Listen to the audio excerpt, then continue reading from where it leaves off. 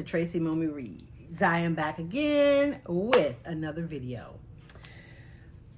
First, let me apologize sincerely from the bottom of my heart.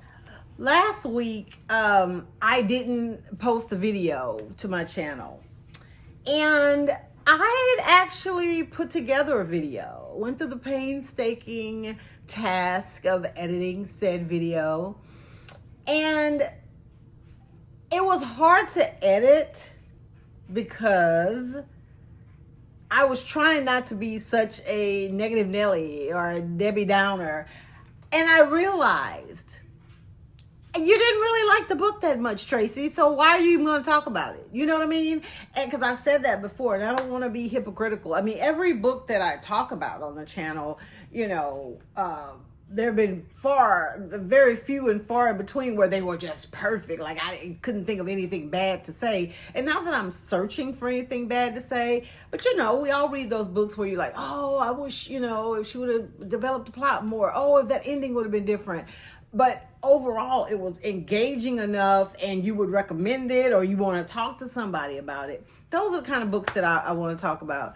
And I just really didn't like the book at all. Like, I mean, it got me in the beginning, and I'm not even going to say what the book was, but it got me in the beginning and I was invested. And then I think I just was really trying to see where the hell the book was going. Like, maybe she's going to make up for... And when I listened to myself talk back, you know, about my experience, I was like, it's not worth it. And at that point, I had waited so late because even though I have a lot of books that I've read, I haven't recorded. Like, I'm not caught up on like recording videos. So I didn't have like an extra one that I could, you know, put in the rotation. But anyway, I'm back again this week, and I cannot believe it's the final Friday of the month. Pretty soon it's going to be Halloween, Thanksgiving, and Christmas. But some of these stores already have Christmas stuff up, so maybe we're skipping the other holidays this year. So what I'm going to do today is I'm going to do a combination to kind of make up for last Friday. You know, like on the final Fridays of the month, I do something a little bookish, not necessarily a book review.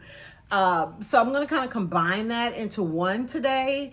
And I've read so many like books that I would either have to push to 2026 or I would never talk about them. So I decided what I was going to do is I'm going to talk about today some romance books that I've read. Romance books by Black authors that I've read this year. And just kind of talk about them and the things that I liked about them. And all the ones I'm talking about, I actually like them. I have so many books slotted already, you know, for content. It's just a matter of recording them. So some of these books end up being like guilty pleasures or books that I always mention on my Instagram. So if you're not following me at Instagram, you may want to check me out over there because I have a hashtag Tracy Momi Reads. And I talk about a lot of books. I do the whole, you know, my 5 favorite books, the best plot twist, you know, and different things like little trendy, real type things over there. Even if I don't talk about the books on the channel, I may make mention. So anyway, without further ado, because y'all didn't come here to hear me rambling. So what I'm going to do is I'm just going to go so that it can make sense when I'm looking at it on my Kindle. I will go from the most recent book I read down to like maybe a book that was closer to like, you know, earlier this year. Okay. So one of the recent books that I read that's in the Black romance genre is the book Rhythms Blues by Kimberly Brown. And let me just give you a little condensed, concise synopsis. So there is a woman, and Rhythm is her name, Rhythm Baker, and she is a physical therapist who followed her boyfriend from their town in, I think they were in the South somewhere. Was it Mississippi? Okay, I can't remember where they were, my bad. But they were like in the South, right? And this was a guy that she had known in high school, but they didn't reconnect until many years later. Like, I think she was in college or whatever. And they ended up dating, and he was an up and coming music artist, like rapper, like doing very well and, all those things. So when he blew up, and him and Rhythm were like dating, he asked her to come to LA and live with him. And she did because, she was in love with him. And he bought her like this facility where she could do her physical therapy and have her own business or whatever. But it seemed the more like famous he got and the more pressures he had on him from his record label and all of that, it started to affect their relationship. So, she started to give him some ultimatums like, what you gonna do? And I will take a sidebar here. I get the whole idea of, and I can't even imagine like being like in a relationship or being married to someone who is like really well known, really popular, really famous, especially if you're not famous, okay? Like, I'm just wondering what kind of dynamic it would be if Beyonce had married a regular guy, a 9-to-5 guy, that wasn't in the limelight. Because, and the reason why I say that is because from just things that I've gleaned and stories that I've heard and, from celebrities and different things, the industry is pretty crazy, and it's a making thing at the end of the day, and the things that you may be asked to do, or the spotlight is on you and all that. But I don't know, I feel like, and this is easy for me to say since I'm not with somebody that's famous, but I feel like, and I've seen this with other, like with couples who have spouses who you probably don't even know their name, but they have been in long-term marriages, right? If my spouse like had a red carpet situation, or they were doing something, I would walk the red carpet with them. I would support them. I would be visible. I would want people to know that's my person. So, back. I would do nothing crazy, because at the end of the day, it's up to that person. They know they're in a relationship. So if they do something that doesn't support that, then, that's on them. But Rhythm was very like, I don't want nobody to see me. I don't want nobody to know me. But at the same time, she wanted him to claim her. So I thought that the dichotomy of that was kind of interesting. He was like immature in a lot of ways. And I don't know if his behavior, the things that he started doing, was because like she didn't want to like floss with him and be seen and on the scene or whatever, and maybe it started off trying to make her jealous. I don't know, but the shit blew up in his face, right?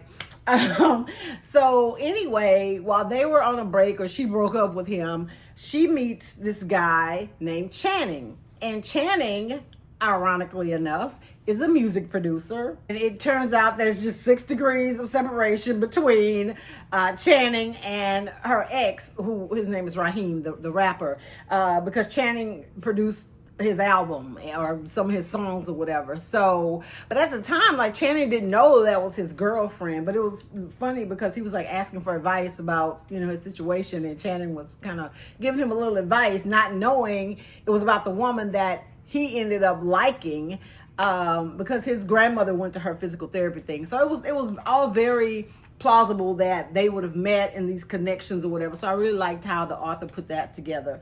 I really enjoyed, the chemistry between Channing and Rhythm. Things moved fast, but hey, sometimes that's the way things go. When you know, okay?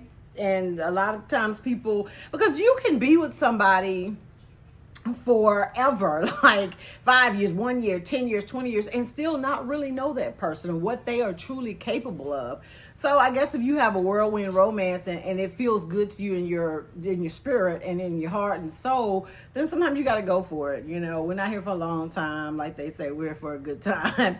But anyway, yeah, Rhythms Blues by Kimberly Brown. That was a really really good read, and one of the ones that and kept popping up on the timeline, especially from the reading group that I'm in. The girls, they love that book. So I decided to check it out, and, Didn't regret it. Didn't regret it. Okay, next up is When 40 Blooms by Jacinta Howard. I really like this one. This one was really good. And basically, this one is it's like, again, all of these books that I'm talking about are in the romance genre, but this trope is a second chance trope, right? So you have this couple, Simone and Tristan.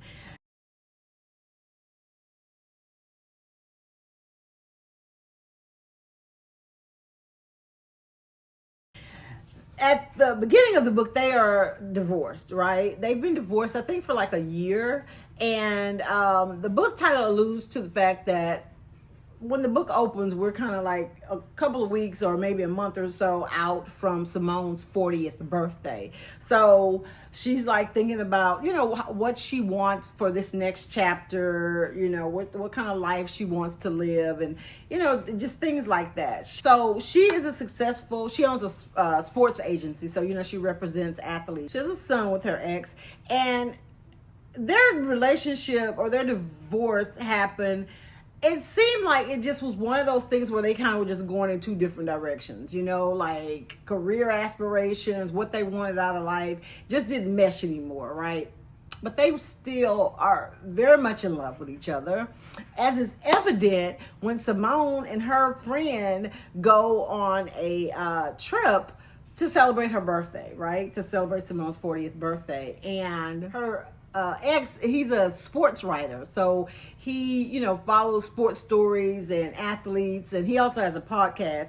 And ironically enough, he happens to be interviewing an athlete on the island where her and her friend are. So, they run into each other. Well, he actually calls because he knew where she was going. I mean, they have a kid together, so like they have to check in and let each other know, hey, I'm going to be out of pocket, or I'm going to be over here, or or whatever.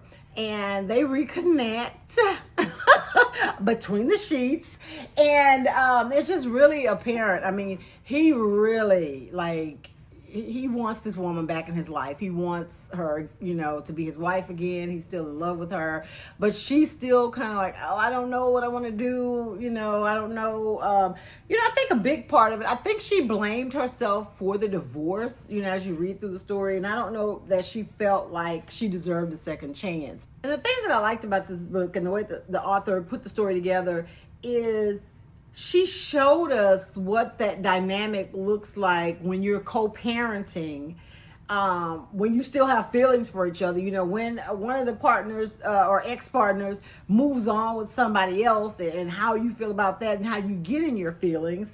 And maybe, that's a wake-up call as to, okay, am I really going to let this go and just move on with my life? Or am I going to spin the block? Is this the love of my life? Does this warrant a second chance? And, I really felt it was believable and very plausible the way that she had these individuals kind of find their way back to each other, because it wasn't easy. It wasn't easy at all. And now that I think about it, they may have been divorced for longer than a year. I think it was longer than a year, because he had a relationship, and yeah, it may have been longer than a year. I can't remember how long though. But anyway, there was a lot of rebuilding of trust. It was almost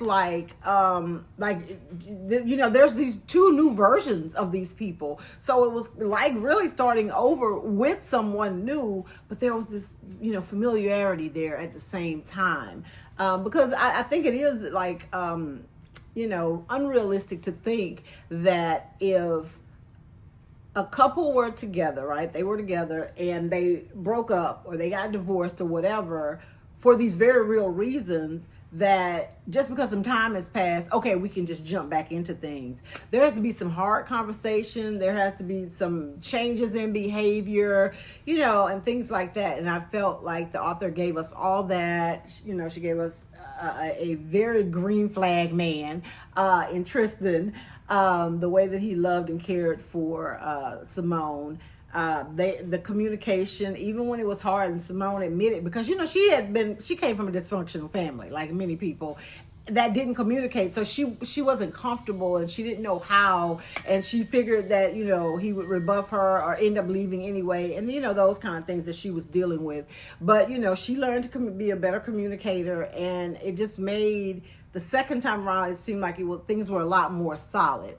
The steamy steams were steaming, showed the characters' chemistry.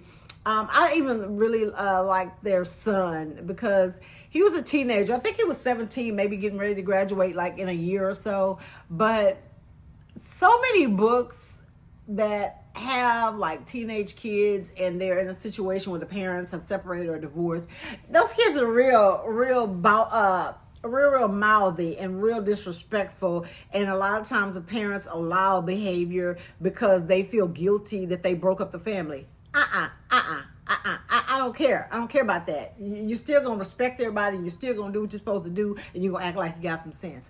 And their son did. And yeah, so definitely a happy ending with that one. Well written, amazing banter, just, you know, really bringing the feels all the way around. Okay, next up is A Worthy Love by A.E. Valdez. A Worthy Love. And this was another one that, just like Rhythms Blues, it kept popping up. You know, people kept talking about it. And I think I looked at like Rhythms Blues and A Worthy Love, like kind of looked at the synopsis, and I don't know, you know, like I tell y'all all the time, I'm a mood reader, and I guess maybe I wasn't in the mood for love. I was in the mood for something else at the time.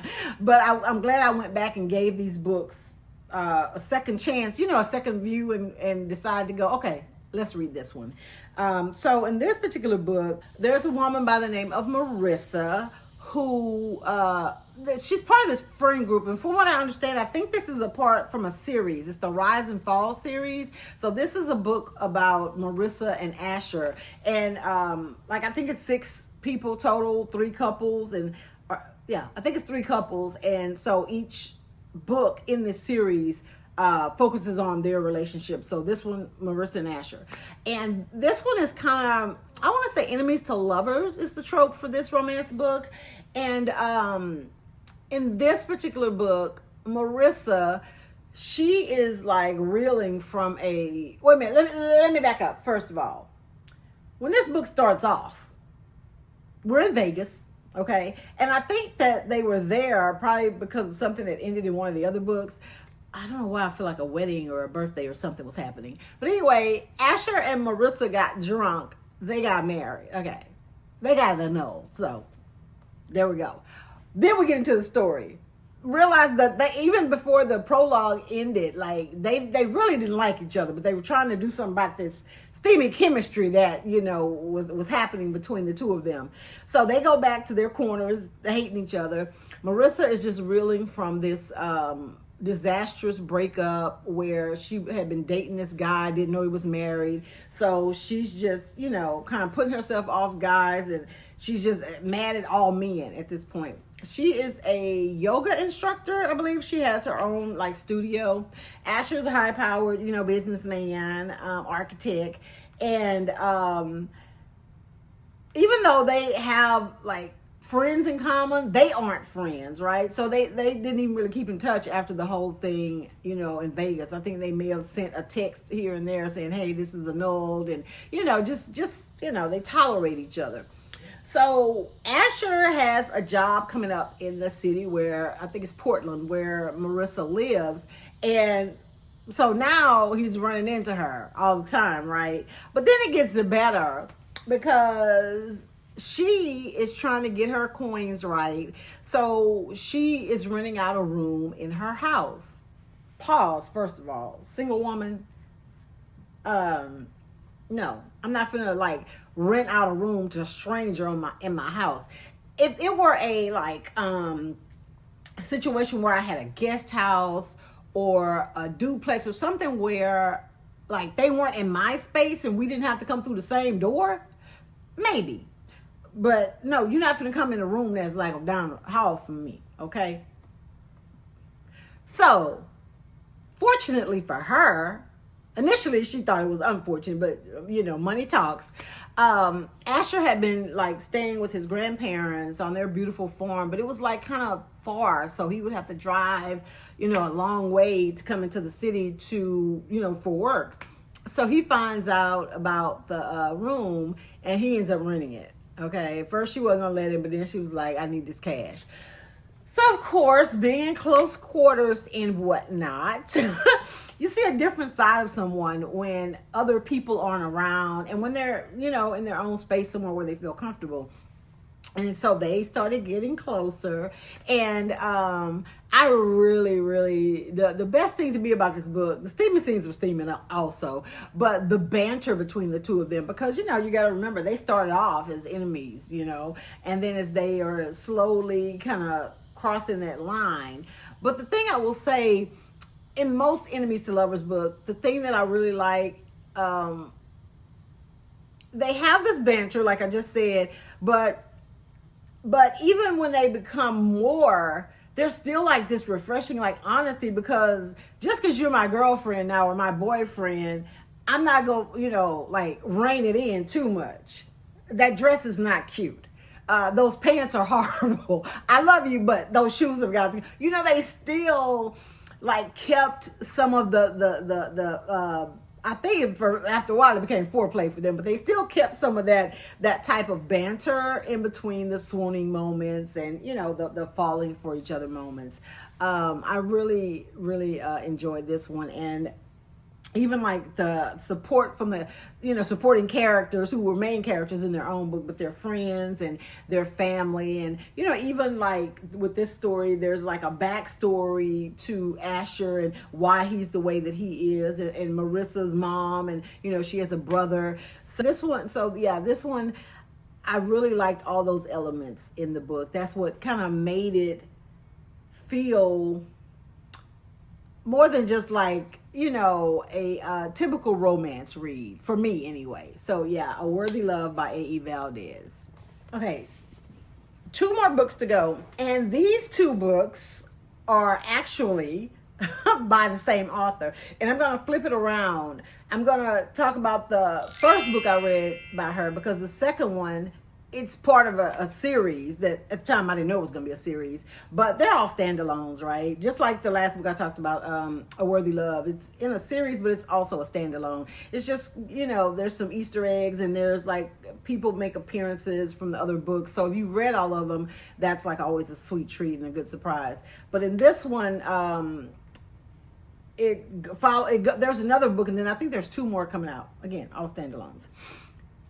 10,000 Hours with a Menace by Jaquel J. I think that's how you say it, Jaquel or Jaquel J. Okay. I'm going to say something because I don't want to be a hypocrite, okay? And then I'm going to, like, you know, clean it up for you. I have never considered myself a big fan of urban fiction. There, I've said it. But having said that, I only had a one-dimensional view of urban fiction books. From one that I like dabbled in or tried to read many years ago, and then seeing some of the titles, covers, blurbs about some of these books, I just wasn't interested. Nothing where Black people are in the projects, where they're doing you know, drugs, where they are just doing anything that may be too close to real life, in situations where people can't get out of them, you know, poverty and all of that, you know. No, I'm still not a fan. But I will tell you, I think that these books, and most of the books that Jaquel J writes, may be considered urban fiction, or maybe there's another term now, but it's elevated. There's something about it that's elevated, right? And it may be because I'm so like familiar now with like a lot of the mafia books, so those kind of like tropes and that world I enjoy reading about. And then you put some powerful Black men in those same roles, sign me up, okay? So 10,000 Hours with a Rich Menace. I don't know if I said that he was rich, because he's rich. I really, I had no like preconceived like notions about this book. I read the blurb, and I'm gonna tell you what about the blurb, like what it says. So, imagine your best friend invites you on an all expenses paid trip, luxury at its finest. A 5-star resort, designer shopping sprees, fine dining, and balling out like there's no tomorrow. She swears her new man is head over heels for her and doesn't mind spending big. So while she's out on a date, you decide to unwind with a bubble bath. The warmth relaxes you, lulling you into comfort. You dip your head beneath the water, letting the silence consume you. But when you resurface, the silence is shattered. A man is standing there watching you. Okay? So I'm going to stop right there in that blurb, because that right there, like that pulled me in, because who is this man? Is he trying to kill her? Let's hope he don't have no other nefarious plans that would make death better. But what turns out is going on in this book, somebody has been stealing from this man that's standing there, and it led him to these women at this hotel. But her friend is gone. So this woman, her name is Stevie. She's the woman in the tub, and Menace Caselli is the man watching her. And it goes on this thing where he's trying to figure out like how she got his money and who she's connected to, and he ends up making her an offer she can't refuse. She ends up having to marry him. I don't know. I can't remember if it was a real wedding or if it was supposed to be a fake wedding or that part, because I read this. Now I did read this back in February, but yeah, and it's that whole world, like organized crime and wealth and things like that. That, like I said, I was familiar with the other books, with the mafia books. But let me tell you something. None of that is what made this book so damn good. You know what made this book good? Menace Caselli, because I think it's safe to say he might be on the spectrum. He has OCD. He is very particular about things, right? I don't even know how to describe this man. He has an assistant named Green, and that's her first name. Ask no questions. In stories, people give people names that that we're going to what? But anyway, this man called this lady every color of the rainbow. She was magenta, she was violet, she was blue, she was like every color but her damn name. And even with Stevie, he was calling her Wanda, and I think it was supposed to be like Stevie Wonder, but he just was all over the place. Yet, with all of his issues, he was also very feared. He was very handsome. He was very protective. He was an amalgamation of things, and unlike any male character I've ever read in any book. Their banter, the situations they found themselves in, you went from nail-biting suspense to oh my God, somebody's about to be unalived, and this gritty thing, to laughing out loud at the antics of these two, because Stevie, she's a little quirky herself, and I can't imagine neither one of them being with anybody else after reading this story. Y'all, it was so good. At its heart, it's a romance story, but like I said, you have the grittiness, you have the luxury, you have, so many other things, but the story of Menace and Stevie is what really made this book, just so good to me. So definitely check it out if you have not read it already, because I think I was late to the party with that one. But I'm going to tell you what I wasn't late for. Book 2, okay? And book 2 follows Menace's brother, Landon, but they call him Don. Well, some people call him Don. Don Caselli, and again by Jaquel J. And this one I think just came out maybe a couple of months ago. I think their sister has a book coming out at the end of September, because it was 2 boys and 2 girls, so it's 4 siblings. And I think in this particular series, she has a lot of other series I haven't dived into yet. I got so many books on my list. But in this particular series, I think she just focuses on the four siblings. So Landon is the youngest of the four siblings, and so he's Menace's younger brother. So Menace is actually the oldest, if I'm not mistaken, and then Landon is at the end, and their two sisters are in the middle. So Landon is not as questionable as Menace, on the divergency scale or anything like that. But he was raised by him because their parents died when they were all young. So Menace basically, he stepped in. He took care of all of them, not the way that they would have liked, because there was no nurturing. No nurturing. He's the type of person, Menace is the type of person you get shot and get up and walk it off, right? So there was no nurturing. So Landon, he longed for that. So he was almost, in some ways, he was kind of the polar opposite of Menace, but being raised by him and being heavily influenced by his brother, he had a lot of his, characteristics when it came to how he dealt with people in relationships, and definitely on the criminal side of their business. You got to be tough and let people know who you are and what you are capable of, right?